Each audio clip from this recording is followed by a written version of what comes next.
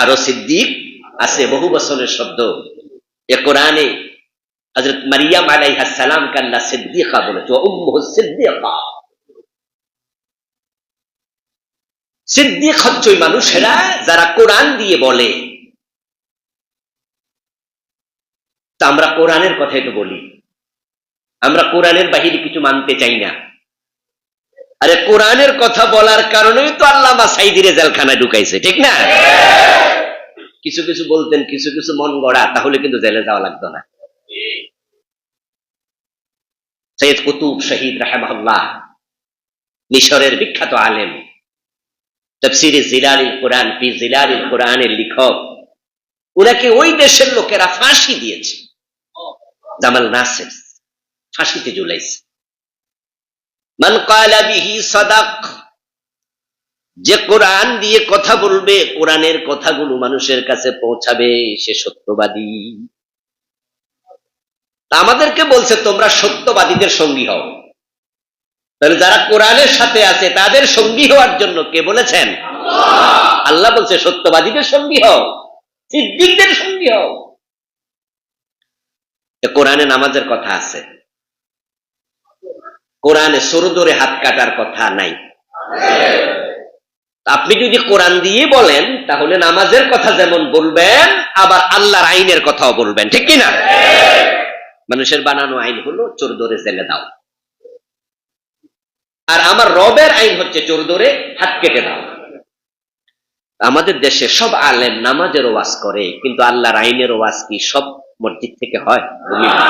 অনেক মসজিদের মিম্বার আছে যেখানে চোর ধরে হাত কাটার ওয়াজ হয় না। কেন হয় না? কারণ তাদের মসজিদে চোর আছে, মসজিদ কমিটির ভিতরও চোর আছে, মসজিদের সভাপতি, এমপি, মন্ত্রী, এলাকার নেতা আবার দেশের টাকা চুরি করে কানাডা বাড়ি বানাইছে। যখনই চোর ধরে হাত কাটার কথা ইমাম বলবে, ওই চোর রাখবে, বেজার হবে। হুজুরের বেতন আর বাড়বে না, বরং দোষ খুঁজে চাকরি নট করে দেবে। হুজুর রাজনীতির ওয়াজ করে, যখন নামাজের ওয়াজ করবেন এটা রাজনীতি হবে না। যখনই চোর ধরে হাত কাটার প্রসঙ্গ আসবে তখনই বলবে হুজুরটা বেশি। তো যে কোরআনের কিছু কথা বলবে, কিছু কথা বলবে না, সে সিদ্দিক না, সে সুবিধাবাদী। তেমন হুজুর, এমন পীর যারা কোরআনের কিছু বলে কিছু বলে না, আল্লাহ তাদের সঙ্গী হতে বলেনি। আল্লাহ বলছে জীবনের সব জায়গায় যারা কোরআনের কথা বলবে, ব্যক্তি জীবন কোরআন দিয়ে চলবে, পরিবার কোরআন দিয়ে চলবে, রাষ্ট্র চলবে ডক্টর কামালের সংবিধান দিয়ে, ওটা কোরআন দিয়ে চলা লাগবে। এই জাতীয় চিন্তার মানুষদের সঙ্গী হওয়ার জন্য আল্লাহ বলছে কোন মাস সাদেকিন, ওরাই সত্যবাদী যারা কোরআনের কথা বলে সব জায়গায়। ওয়ামান হাকামা বিহি আদাল, এবার রাসূল বলেন যে ব্যক্তি কোরআন দিয়ে হুকুম দেয়, শাসন করে, সে হয় ন্যায় বিচারক। তাহলে বোঝা গেল কোরআনের বাহিরে কোনো ন্যায় বিচার নাই। 54 বছরের বাংলাদেশ কোরআন দিয়ে কয় বছর চলছে? হাইকোর্ট, সুপ্রিম কোর্ট, জজ কোর্ট, কোন আদালত কোরআন দিয়ে চলছে? যখন আমাদের বিচারকরা কোনো মামলার রায় দেয়, রায়ের শুনানি হয়, লম্বা শুনানি। ওই শুনানিতে বিচারকরা বলে আমাদের বাংলাদেশের ফৌজদারি দণ্ডবিধির এত নম্বর ধারার এত নম্বর অনুচ্ছেদের আলোকে এই মামলার এই রায় ঘোষণা করা হলো।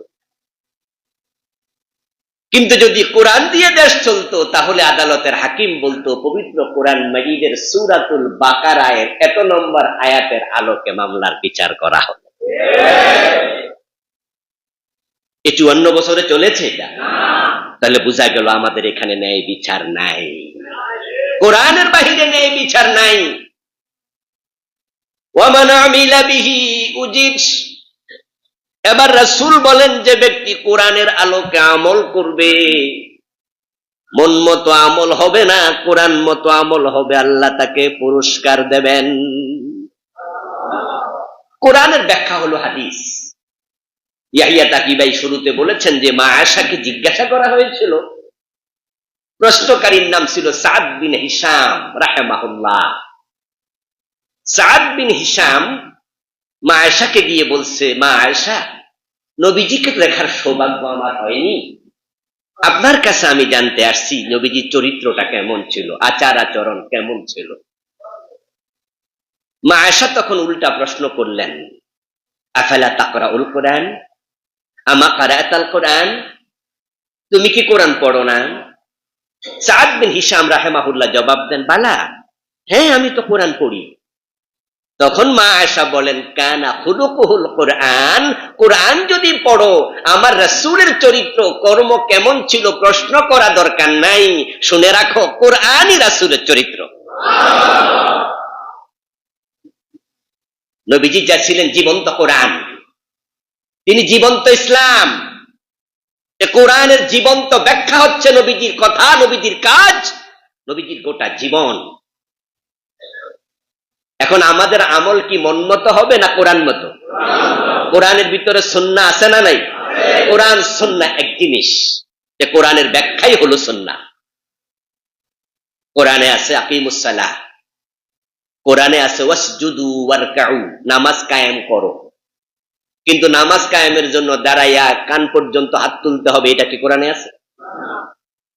কোরআনে আছে সেজদা করো, সেজদা করার জন্য কপালটা মাটিতে ঠেকাতে হবে, এটা কি কোরআনে আছে? কোরআনে আছে রুকু করো, রুকু করতে হলে হাঁটুতে হাত দিতে হবে, এটা কি কোরআনে আছে? এগুলো নবী মুহাম্মদ সাল্লাল্লাহু আলাইহি ওয়াসাল্লাম আমাদেরকে দেখাইছেন, একবারে দেখাইয়া চোখে চোখ রেখে সাহাবীদেরকে শিখাইছেন। এজন্য নবীজির জীবনটাই হচ্ছে কোরআনের ব্যাখ্যা। সুবহানাল্লাহ। ওয়া মান আমিলা বিহি উজির, যারা নেক আমল করবে কোরআনের আলোকে তারাই পুরস্কার পাবে। কোরআন সুন্নাহর বাহিরে আমল করবেন কিন্তু কোনো পুরস্কার নাই। এরপর নবীজি বলেছেন, মান দাআ ইলাইহি হুদিয়া ইলা সিরাতিন মুস্তাকিম, যারা মানুষকে কোরআনের দিকে ডাকে, কিসের দিকে? দলের দিকে ডাইকা লাভ নাই, ব্যক্তির দিকে ডাইকা লাভ নাই, দরবারের দিকে ডাইকা লাভ নাই। দলের নাম দিতে পারেন, এই নাম আমার দলের, কিন্তু ডাকতে হবে কোরআনের দিকে। ওই দলে যোগ দাও, এই দলে আসো, কেন আসবা? কোরআনের জন্য আসবা। অমুক পীর সাহেবের কাছে চলেন, কেন যাবেন? কোরআন শিখার জন্য, কোরআন মানার জন্য, বুঝার জন্য, শিখার জন্য যাবেন, মাকসাদ কোরআন। এই জন্য যেই দলের কাছে কোরআন নাই সেখানে মুসলমানের যাওয়া জায়েজ নাই। যে পীরের দরবারে গেলে কোরআন নাই, হাদিস নাই, পীর পায়ে সেজদা নেয়, এমন ভণ্ড পীর বাংলাদেশে আছে না নাই? সেজদা কি পীরকে হবে না আল্লাহকে হবে? যে পীরের কাছে গিয়ে দেখলেন যে পর্দা নাই, বেপর্দা মহিলা মুরিদ হয়, মুরিদের বউ দিয়া ফাটি পায়, এমন পীর কি বাংলাদেশে নাই? ওই পীরের কাছে কি কোরআন ইসলাম আছে? ওই পীরের কাছে আপনারা যাবেন? যার কাছে কোরআন নাই তার কাছে যাবেন না।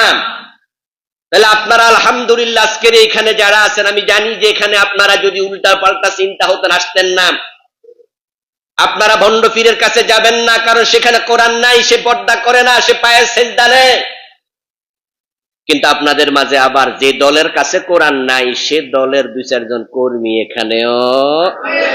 তো ভণ্ড পীরের কাছে গেলেন না কারণ কোরআন নাই। তাহলে যে দলের কাছে কোরআন নাই সে দলের কর্মী কেমনে হলেন?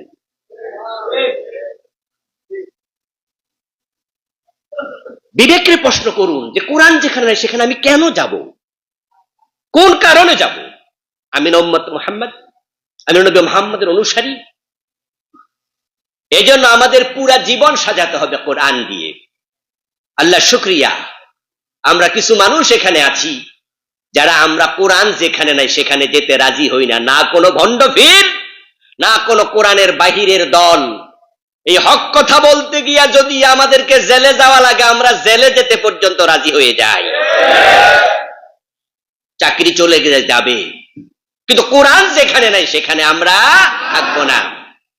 যে আল্লাহ আমাদেরকে কোরআনের সাথে থাকার তৌফিক দিলেন, আমরা তাকে শুকরিয়া জানাই, কৃতজ্ঞতা জানাই, কালিমাতুল শুকর করি, আলহামদুলিল্লাহ। প্রিয় দিনী ভাইয়ের, আজকের মাহফিলের নাম সিরাতুন নবী মাহফিল, নবীজির চরিত্র। আমাদের দেশে মিলাদুন নবী এবং সিরাতুন নবী, এই দুটি বিষয় ব্যাপকভাবে পরিচিত। আমরা একটিকে আরেকটির মুখোমুখি দাঁড় করাতে চাই না, কারণ দুটি ধান্দিক না।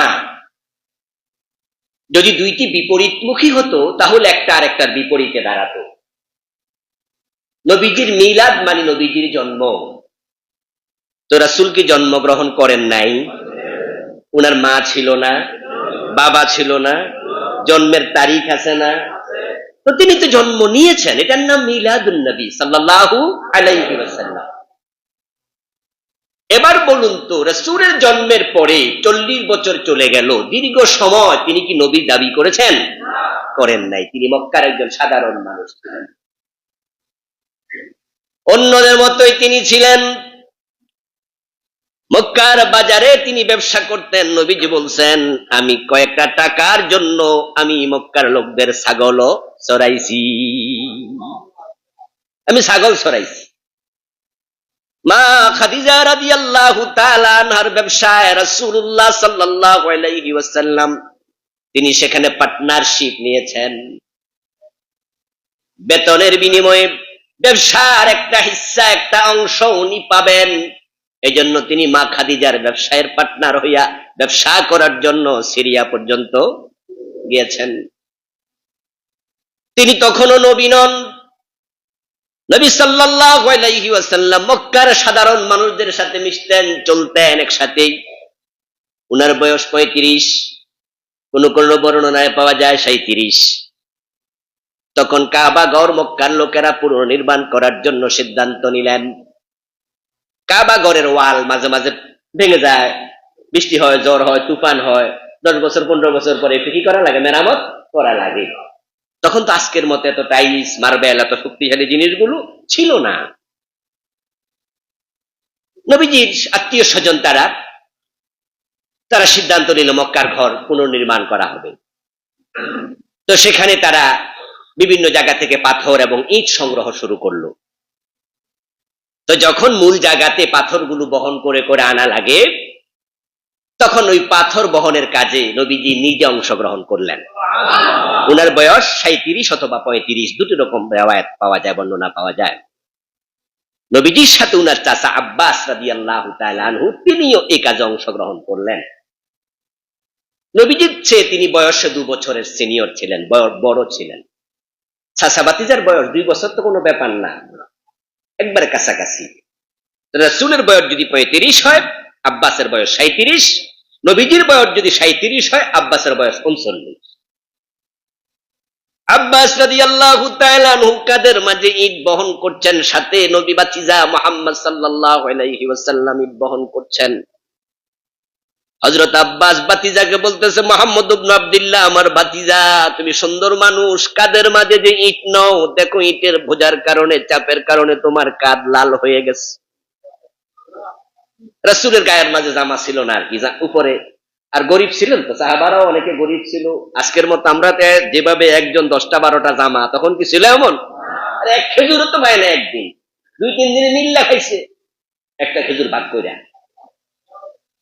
নবীজিকে আবার আব্বাস বলতেছে, ভাতিজা, আমার মতো তুমি তোমার লুঙ্গিটা যদি খুইলা কাঁধে রাখতা, লুঙ্গিটা খুইলা কাঁধে রাখলে, এবার কাঁধের উপরে ইট রাখলে, তাহলে তোমার কাঁধে আর দাগ পড়তো না, ব্যথা কম পাইতা। সহিহ বুখারীতে এসেছে, সহিহ মুসলিমে এসেছে, নবীজি সাল্লাল্লাহু আলাইহি ওয়াসাল্লাম লুঙ্গিটা খুললেন। কোন কোন মুহাদ্দিসরা বলেন তিনি খুলতে হাত দিয়েছিলেন, তখনই বেহুশ হয়ে গেলেন। কিন্তু সহিহ মুসলিমের riwayate আছে নবীজি লুঙ্গি খুললেন, তারপরে বেহুশ হয়ে গেলেন, কাঁধ পর্যন্ত আনতে পারেননি। তারপরে হুশ আসার পরে বলেন, ইজারি ইজারি, আমার লুঙ্গি কই, আমার লুঙ্গি কই। আমি এ কথা দিয়ে আপনাদের বুঝাতে চাইলাম যে 40 বছর আগে মক্কার সাধারণ লোকেরা যেমন চলতো, ফিরতো, খাইতো, নবীজি তাদের সাথে তাদের মতো একজন ছিলেন। তাকি ভাই বলছে ওই যোগদান নাম ছিল ইয়ামে জাহিলিয়া। কিন্তু যখন তার বয়স 40, আলহামদুলিল্লাহ, তিনি সমাজ নিয়ে ভেবেছেন অনেক। সে 17 বছর বয়স থেকে হিলফুল ফুজুল যখন তৈরি হয়, তখন থেকে তিনি দেখলেন তাকিয়ে ডানে বামে সামনে পিছনে পুরা আরব দেশ এতটা অন্ধকারে নিমজ্জিত যে মানুষগুলোর ভিতরে মনুষ্যত্বের ম নাই।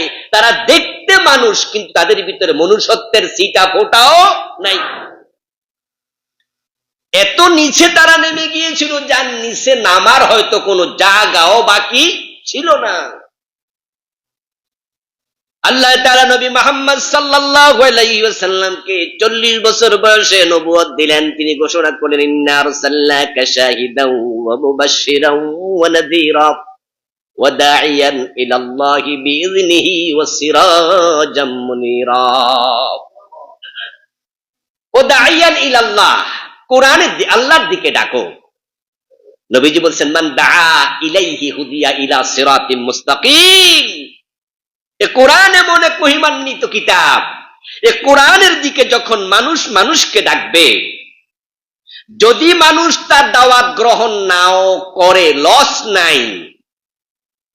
কোরআনের কথা আপনি বলছেন যে ভাই আসেন না আমরা কোরআনটা পড়ি, এই ভাই বলছে ভাই আসেন না আমরা কোরআনটার অর্থ বুঝি, ওই ভাই বলছে ভাই আসেন না যে কোরআনের অর্থ শিখলাম সেটা আমল করি, আরেক ভাই বলছে শুধু একা না পুরা সমাজে আমল করি।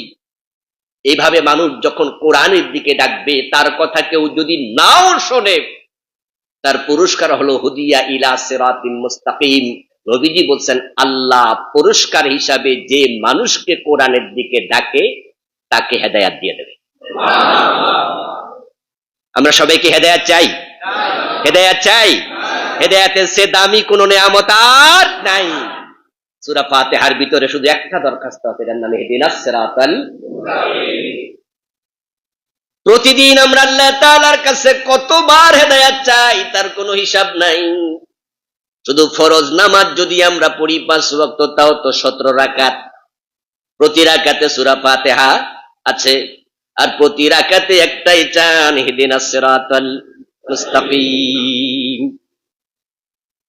আপনি যদি মানুষকে কোরআনের দিকে ডাকেন, তাহলে রাসূল বলতেছে আল্লাহ পুরস্কার হিসেবে আপনার হেদায়েত দেবে।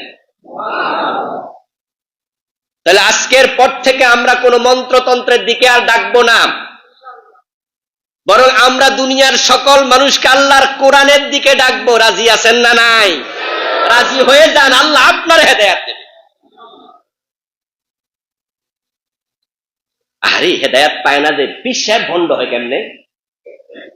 আরে পীর কেমনে ভণ্ড হয়? ভণ্ড মানে কি হেদায়েত পায় নাই? হেদায়েত পাইলে কি ভণ্ড হইতো? পীর কেমনে ভণ্ড হয়? আলেম কেমনে ভণ্ড হয়? কারণ কি জানেন? ওই পীর সে মুরিদকে হেদায়েতের দিকে ডাকে নাই, তার পেটের দিকে ডাকছে, কোরআনের দিকে ডাকে নাই। যে পীর কোরআনের দিকে মুরিদরে ডাকে না, আল্লাহ ওই পীরকে হেদায়েত দেয় না। যেই আলেম মানুষকে কোরআনের দিকে ডাকে না, ওই আলেমকে আল্লাহ হেদায়েত দেয় না। যার কারণে বড় বড় আলেমরাও গত 15 বছর সরকার যে ছিল ওদের কাছে টাকার বিনিময় বিক্রি হয়েছে শুধু শোলাকিয়ার ইমামতির জন্য। শুধু শোলাকিয়া ঈদগাহের ইমাম হবে, সরকারের নেক নজর পাবে, এই জন্য কত বড় মুফতি সে শাহবাগে নাস্তিকদের সাথে হাত মিলাইল। ফরিদউদ্দিন মাসুদ সাহেব, ফরিদউদ্দিন মাসুদ সাহেব ছোট বড় আলেম না, ছোট মোটো আলেম না। বাংলাদেশে যদি আমাকে বলা হয় 10 জন বড় আলেমের নাম বলেন, ওই 10 জনের মাঝে ফরিদউদ্দিন মাসউদের নাম এজন্যই আমি রাখবো, আমি তার লেখা বইও পড়েছি। আমার পিএইচডি গবেষণার সময় শ্রমিকদের প্রসঙ্গে একটু আলোচনা আসছিল, তখন আমি রেফারেন্স হিসাবে কিছু বই সংগ্রহ করলাম, তার মাঝে উনারটা পাইলাম। পড়ে আমি তো অবাক, এত দারুণ লেখা। অনেক জাইয়েদ আলেম তিনি, কওমি অঙ্গনের আলেমরা জানে যে সে উনি কত মাহের, কত মুদাক্কিক, বাহরুল উলুম তাকে বলা যায়। কিন্তু শাহবাগে যারা আল্লাহর ফাঁসি চাইছে, শুধু মানুষের ফাঁসি না, শুধু মানুষের ফাঁসি চায় না, ফাঁসি চাই ফাঁসি শুধু মানুষের নাম। শাহবাগে যখন নাস্তিকগুলো একসাথ হলো, থাবা বাবা রাজীব একজন শাহবাগী নাস্তিককে হত্যা করা হলো। সম্ভবত সেদিন আমার মাহফিল ছিল নরসিংদীতে, যতটুকু মনে পড়ে রাত তখন 12টা 1টা এরকম হবে। আমার মোবাইলে কেউ একজন রিং দিলেন, আমি রিসিভ করলাম। সালাম দিয়ে আমাকে বলল, হুজুর থাবা বাবা রাজীবকে যে হত্যা করছে শুনছেন? আমি হ্যাঁ তা তো শুনেছি, 1-2 দিন আগে এটা করছে। বলল যে ওর ব্লগে গিয়ে দেখলাম সে তার ব্লগে আল্লাহ রাসূলকে নিয়ে এমন লেখা লেখছে যা মুসলমান মুখ দিয়ে উচ্চারণ করতেও পারবে না। তাই নাকি? হ্যাঁ। এর পরদিন সকালবেলা দেখে আমার দেশ পত্রিকা এত বড় লিখছে এবার শাহবাগীদের কাহিনী। ওরা ওদের ব্লগে আল্লাহর বিরুদ্ধে, রাসূলের বিরুদ্ধে, কোরআনের বিরুদ্ধে এমন লেখালেখি শুরু করলো। এর আগে ছিল তারা শুধুমাত্র একটা ইসলামী দলের বিরুদ্ধে স্লোগান দিচ্ছে, কা কতে কাদের মোল্লা ফাঁসি দাও, দন্তের সাথে সাইদি ফাঁসি দাও। অন্যান্য মানুষরা মনে করছে এটা রাজনৈতিক একটা ব্যাপার। ওরা যুদ্ধাপরাধী ছিল, ওরা রাজাকার ছিল, ওদের ফাঁসি চায়। কিন্তু আমার দেশ পত্রিকা যখন ওদের কাহিনী প্রকাশ করলো তখন দেখা গেল যে সবগুলো এখানে নাস্তিক একসাথ হয়েছে, উদ্দেশ্য বড় খারাপ। তারা ইসলামকে, আল্লাহকে, কোরআনকে গালি দেয়। তখন তাদের বিরুদ্ধে হেফাজতে ইসলামের জন্ম হলো। হেফাজতে ইসলামের জন্ম হওয়ার পরে তখন বাংলার লোকেরা টের পাইল যেগুলো নাস্তিক। তখন তাদের বিরুদ্ধে সরকার, আওয়ামী লীগ সরকার অ্যাকশনে গেল, তাদেরকে শাহবাগ থেকে এমরানের সরকার সহ সব দিয়ে বলল উঠে যা। হেফাজতের আন্দোলন, নাস্তিকগুলো সরে গেল। তাদের মাঝে একটার নাম ছিল আসিফ মহিউদ্দিন। সে তখন বাংলাদেশ থেকে ভিসা নিয়ে চলে গেল ফ্রান্সে নাকি কানাডা, এরকম একটা দেশে, আমার এই মুহূর্তে অ্যাকুরেট মনে নাই। আমার দেশ পত্রিকায় পড়ে তার ব্লগ থেকে লেখা তুললো, সে তার ব্লগে লিখেছে শাহবাগে যদি আল্লাহ নেমে আসে আল্লাহকেও ফাঁসি দেয়া হবে।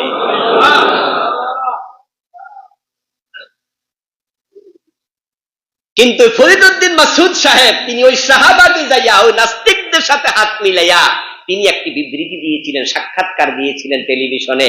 তিনি বলছেন যে আমার জীবনের সবচেয়ে বড় ভালো কাজ করছি আমি শাহবাগে। আমার বন্ধু দেখুন, এত বড় আলেম কিন্তু নাস্তিকদের সাথে হাত মিলাইয়া প্রমাণ করে দিল তিনি হেদায়েত পান নাই। কত বন্ড পীর আছে যারা কামেল পাস, মাদ্রাসার টিচার, মুহাদ্দিস, কিন্তু বেদাতি, সরাসরি শিরিক করে। এত বড় পীর হেদায়েত পায় নাই, এত বড় আলেম হেদায়েত পায় নাই। এর কারণ শুধুমাত্র আমি মনে করি একটা, কারণ তারা মানুষকে কোরআনের দিকে ডাকে নাই। তাহলে আমরা মানুষকে কোরআনের দিকে ডাকবো। নবী মুহাম্মদ সাল্লাল্লাহু আলাইহি সাল্লামকে আল্লাহ বলছে এই জাহিলিয়াতের অন্ধকার দূর করার জন্য, ইন্না আরসালনাকা শাহিদান ওয়া মুবাশশিরান ওয়া নাযীরা ওয়া দাঈয়ান ইলাল্লাহ। আমি আপনাকে আল্লাহর পথে আহ্বানকারী হিসাবে পাঠালাম। ওয়া সিরাজাম মুনীরা, আপনি হচ্ছেন উজ্জ্বল জ্যোতিষ্ক। যুগটার নাম কি ছিল? আইয়ামে বাংলা অর্থ অন্ধকার যুগ। অন্ধকার দূর করার জন্য আলো লাগে। সিরাজ মানে হচ্ছে বাতি, মুনির মানে উজ্জ্বল। নবী মুহাম্মদ সাল্লাল্লাহু আলাইহি সাল্লামকে আল্লাহ তাআলা পৃথিবীর সব নবীদের সেরা নবী বানায়া দুনিয়ার সবচেয়ে বড় উজ্জ্বল প্রদীপ বানায়া পাঠাইছে। সুবহানাল্লাহ। ওনার আগমনের 23 বছরের ব্যবধানে পৃথিবীর চিত্রটাই চেঞ্জ হয়ে গেল। ইন্তেকালের আগে তিনি বললেন, খায়রুল কুরুনি করনি। ও আমার উম্মতেরা, এই যুগের নাম পৃথিবীর সব মানুষ, শিক্ষিত অশিক্ষিত, কবি, কলামিস্ট, সাংবাদিক, ঐতিহাসিক, গবেষক, সবাই মিলে ওই যুগের নাম দিলা দি ইরা অফ ইগনোরেন্স, অন্ধকার যুগ, জাহিলিয়াতের যুগ। আর আমি নবী মুহাম্মদ ঘোষণা করছি খায়রুল কুরুনি করনি। এখন আর ওই দশা নেই, ওই দৃশ্য নাই। এখন আমার যুগ পৃথিবীর সর্বশ্রেষ্ঠ যুগ। এখন আর চুরি নাই, ডাকাতি নাই, রাহাজানি নাই, চিন্তাই নাই, দর্শন নাই, খুন নাই। আসলে ইসলাম আসলে এগুলো থাকে না। ইসলামী রাষ্ট্রের কথা যে আমরা বলি, অনেকে শুনলেই একটু হালকা ভয় পায়। ইসলামী রাষ্ট্র বলে, আরে বাবা কয় হিরিটা জানি কি জিনিস। এজন্য তো আমাদের দেশের একজন নেতা কয়দিন আগে এক সাক্ষাৎকার উনি বলেছিলেন যে আমরা শরিয়া আইনে বিশ্বাস, বলে নাই ভাই, বলে নাই, বলছে আমরা শরিয়া আইনে বিশ্বাস করি। এটা অন্যরা করে, অন্যরা করুক।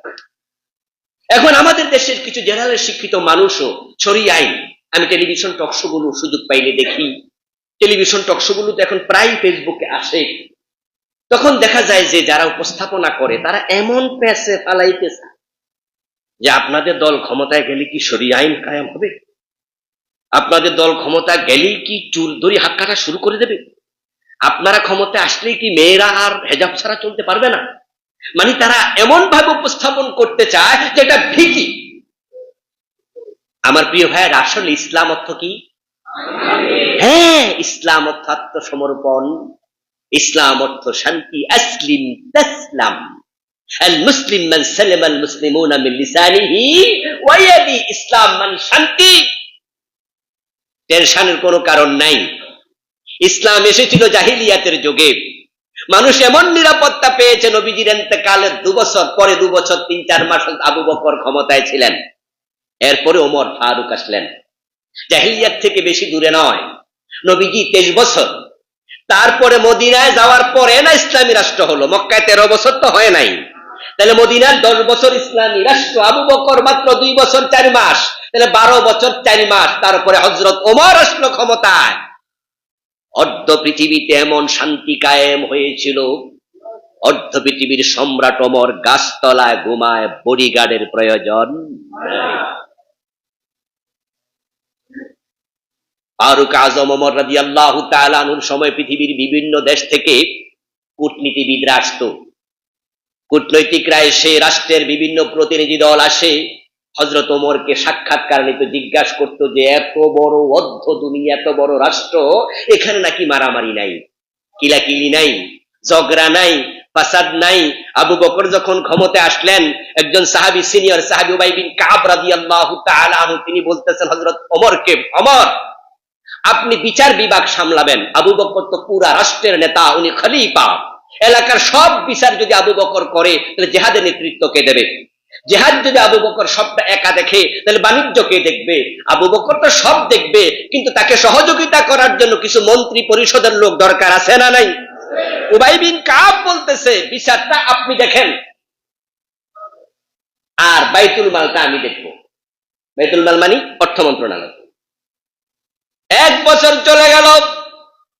1 বছর যাওয়ার পর হযরত উবাই বিন কাব রাদিয়াল্লাহু তাআলা আনহু আবু বকরকে প্রশ্ন করছেন ওমরকে, ওমর আপনাকে তো আমি বিচার মন্ত্রণালয় চালাইতে বলছি, এ পর্যন্ত কয়টা বিচার করেছেন? ওমর জবাব দেয়, একটা বিচারও আমার কাছে আসে নাই, কেমনে করব?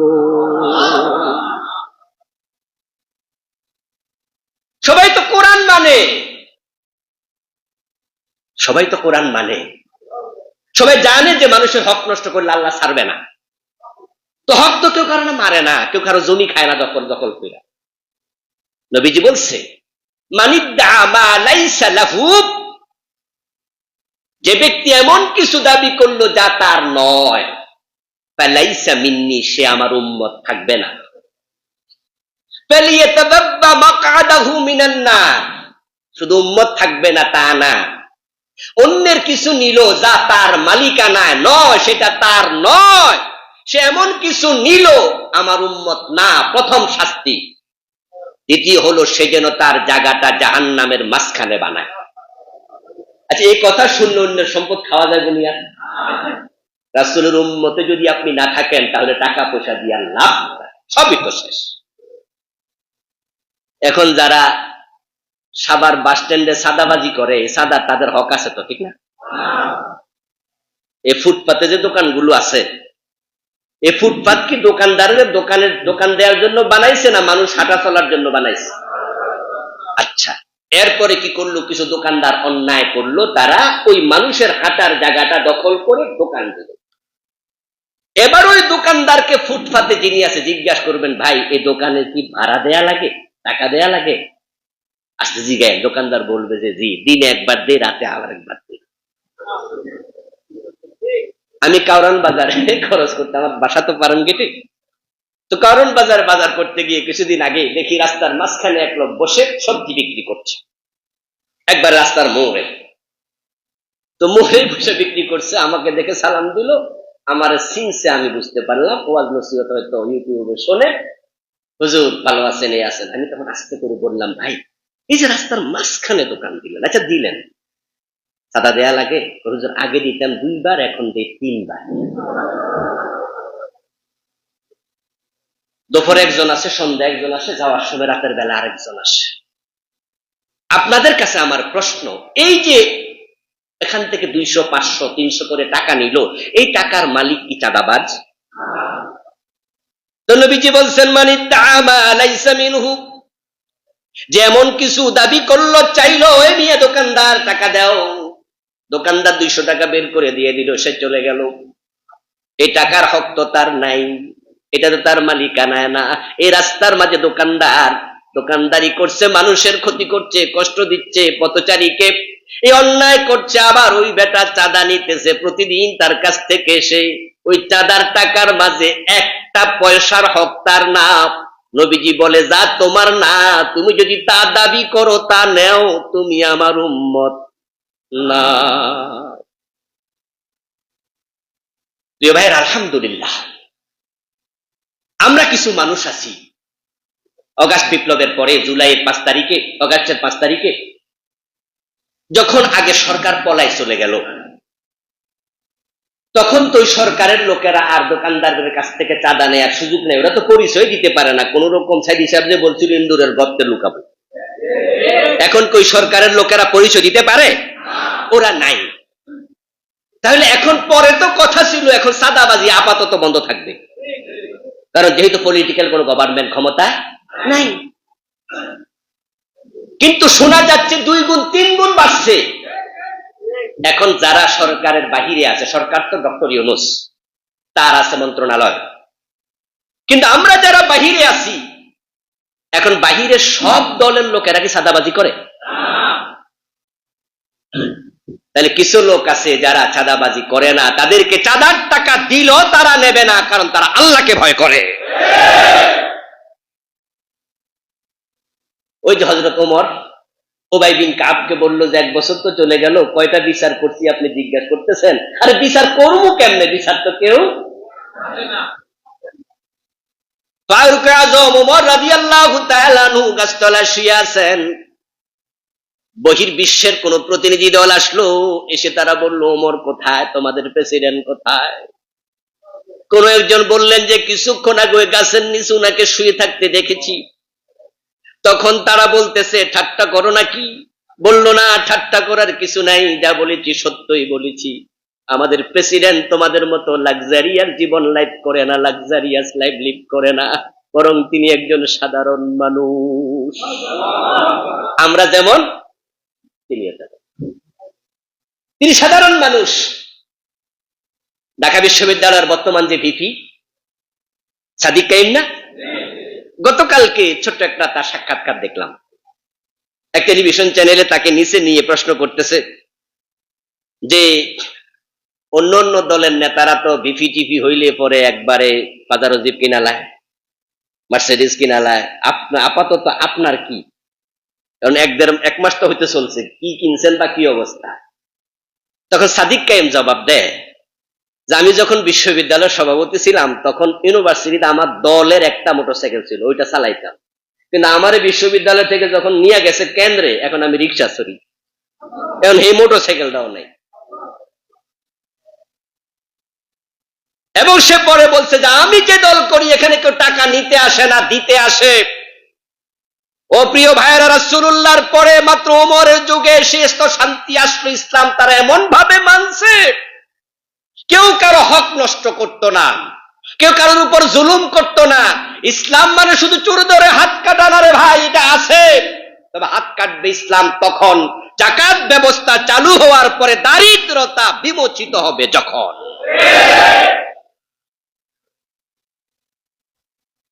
ইসলাম আসলে চোর ধরে হাত কাটবে তা নয়। ইসলাম আসার পরে আকিমুস সালাহ ওয়া আতুজ যাকাত, আল্লাযীনা মাক্কান্নাহুম ফিল আরদি আকামুস সালাহ ওয়া আতাউয যাকাহ ওয়া আমারু বিল মা'রুফি ওয়া নাহাউ আনিল মুনকার। ইসলাম ক্ষমতায় আসবে, আসার পরে মানুষকে বলবে সবাই নামাজ পড়ুন, নামাজ পড়ুন, নামাজ পড়ুন। আজান হবে, দোকান বন্ধ করে ফেলুন। টিওনো সাহেব আপনার মসজিদে, টিওনো অফিসের মসজিদে আপনি ইমামতি করবেন। ডিসি সাহেব আপনার ডিসি অফিস মসজিদে আপনি ইমাম হয়ে জোহরের নামাজ পড়াবেন। মন্ত্রণালয়ে মন্ত্রী ইমাম হয়ে নামাজ পড়াবে। রাষ্ট্রের প্রেসিডেন্ট বাইতুল মুকাররমে জুমার দিন জুমার খুতবা দেবে ইনশাআল্লাহ। আপনারা বলুন তো, যদি টিওনো সাহেব জোহরের নামাজের ইমামতি করেন, তার অফিসের সকল কর্মচারীরা টিওনো অফিসে ওনার পিছনে নামাজ পড়ে, ওই অফিসে ঘোষের লেনদেন বাড়বে না কমবে? ইন্নাস সালাতা তানহা আনিল ফাহশাই ওয়াল মুনকার ওয়া লাযিকরুল্লাহি আকবার। ডিসি সাহেব যদি তার ডিসি অফিসের মসজিদে ইমামতি করে, তার পিছনে লোকেরা নামাজ পড়ে, ডিসি ঘোষ চাইতে পারবে না। তার বিবেক তাকে বলবে যে তুই কি করলি, তুই না জোহরের ইমামতি করলি।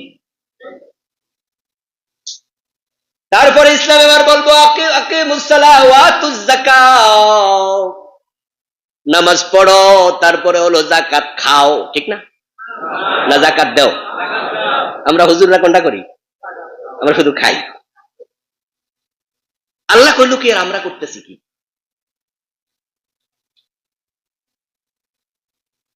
আজ থেকে 8-10 বছর আগে রমাদান মাস চলছিল, কুমিল্লা শহরে পাঞ্জাবি কেনার জন্য এক পাঞ্জাবি দোকানে ঢুকলাম।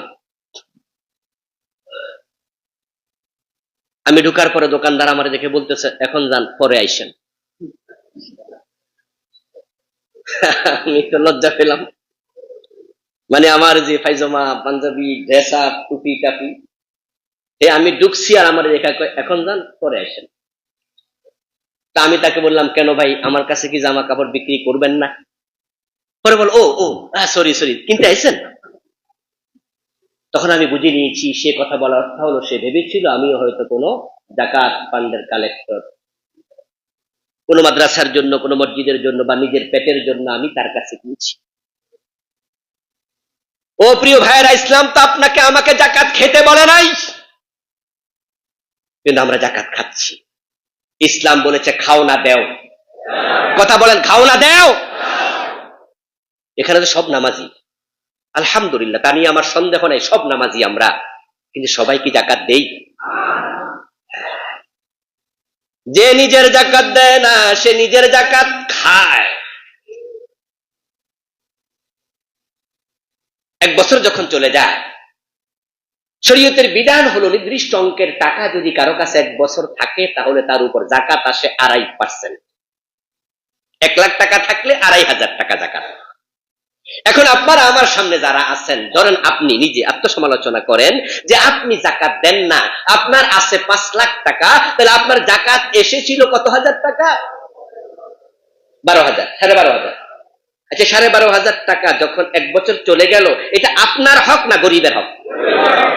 যাকাত না দিলে আপনি খাইলেন, তাহলে আপনি যাকাত খেলেন, গরিবের হক খেলেন। ইসলামকে খাইতে বলছে না দিতে বলছে? আচ্ছা, যারা আমরা হাত পাতি, আমরা ভুল করছি। যে হাত নিচে চলে যায় সে হাত আল্লাহ বরকত দেয় না। আল ইয়াদুল উলিয়া খায়রুম মিন ইয়াদিস সুফলা, নবীজি বলছে দাতার হাত গ্রহীতার হাতে সে শ্রেষ্ঠ। যাকাত দিতে শিখুন, নিতে নয়। আমার বন্ধু, ইসলাম ক্ষমতা আসবে, আইন করে দেবে যাদের টাকা আছে তাদেরকে যাকাত দিতেই হবে। এটা ভ্যাটের মতো, ট্যাক্সের মতো। ইসলামী রাষ্ট্র আইন করবে যে যাকাত দেবে না, ওই যাকাত যে দেয় নাই, ভ্যাট ট্যাক্সে ফাঁকি দিলে, যেমন সরকারের বিশেষ গোয়েন্দা সংস্থা আছে, মামলার ব্যবস্থা আছে, আসেনি? তারপরে পুলিশ ধরে নিয়ে যায়, জিজ্ঞাসাবাদ করে। ইসলামী রাষ্ট্র হলে যাকাতের ব্যাপারে এমন আলাদা মন্ত্রণালয় হবে, সব মানুষ যাকাত দিতে বাধ্য হবে যারা সামর্থ্যবান। আর যখন যাকাত চালু হবে, তখন 8-10 বছরের ব্যবধানে দারিদ্রতা থাকবে না। ওমরের যুগে এমন হয়েছিল, যাকাতের টাকা কাঁধে নিয়ে হাঁটতো, যাকাত খাওয়ার মতো লোক ছিলই না।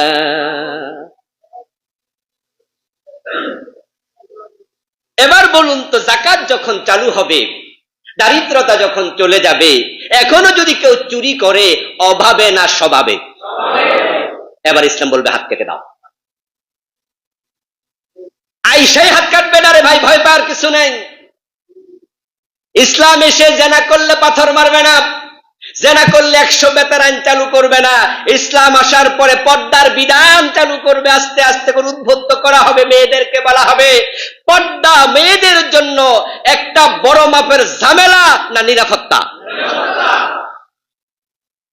আমরা মেয়েদেরকে বুঝাবো, যদি একজন মেয়ে সুন্দর করে শালীন পোশাক পরে, ওই মেয়ে ইফটিজিং এর শিকার হওয়ার সম্ভাবনা নাই। সুন্দর করে চললে ইফটিজিং হবে না। ইফটিজিং বোঝেন তো? উত্তেক্ত করা।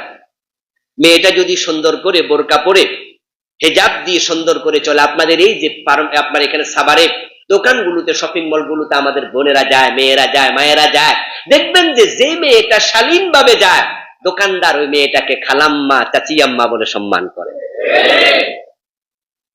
আপনি দেখবেন বাস্তবতাটাই। গেলে বলবে যে আফা বলবে, যদি বোঝে যে বয়স কম তাহলে বলবে আফা বসেন, একটু বয়স্ক হলে বলে খালাম্মা, চাচিয়াম্মা বসেন। আর যে মেয়েটা একটু লিপস্টিক দিয়া উলঙ্গ, একটু হালকা উলঙ্গ হয়ে যায়, খোলামেলা যায়, তাকে ভাবি বলে। অথচ এদের বাইয়ে নাই, মানে হাওলাত কইরা ভাবি বানায়। আমার বন্ধু ইফটিজিং এর শিকার পর্দানসীন নারী হয় না। পৃথিবীর সবচেয়ে কম ধর্ষণ হয় সৌদি আরবে, তাম পৃথিবীর তুলনায় সবচেয়ে কম সৌদি আরবে। কারণ সেখানে পর্দার বিধান অন্য দেশের চেয়ে বেশি। আমরা মেয়েদেরকে বুঝাবো, আমরা চাপিয়ে দেব না। আস্তে আস্তে করে যখন বুঝাবো, শালীন পোশাকের আইন করব। হ্যাঁ, রাষ্ট্র আইন করবে। তুমি এমন পোশাক পরবে না যে পোশাক ছেলেদেরকে উত্ত্যক্ত করে। আজ থেকে 3-4 বছর আগে আপনারা দেখেছেন যে ইফটিজিং এর আইন যখন হয়, তখন ছেলে কোনো মেয়েকে শীষ দিলে 6 মাসের জেল, চোখ টিপ দিলে 6 মাসের জেল, ওনার ধরে টান দিলে 1 বছরের জেল, এরকম কিছু আইন করছে। ইফটিজিং এর বিরুদ্ধে আইন হয়েছে, মিছিল হয়েছে, কথা হয়েছে, সেমিনার হয়েছে, সিম্পোজিয়াম হয়েছে, কিন্তু শালীন পোশাক পরতে হবে এ বিষয়ে মেয়েদেরকে বলা হয়নি, আইন করা হয়নি। আমরা বলবো ধান্দিক বিষয় চলবে না। আপনি যদি ইলিশ মাছ ভাজি করে বিড়ালের সামনে রেখে আপনি বলেন যে মাছ খাওয়া হারাম, ফতুয়া বিড়ালে শুনবো?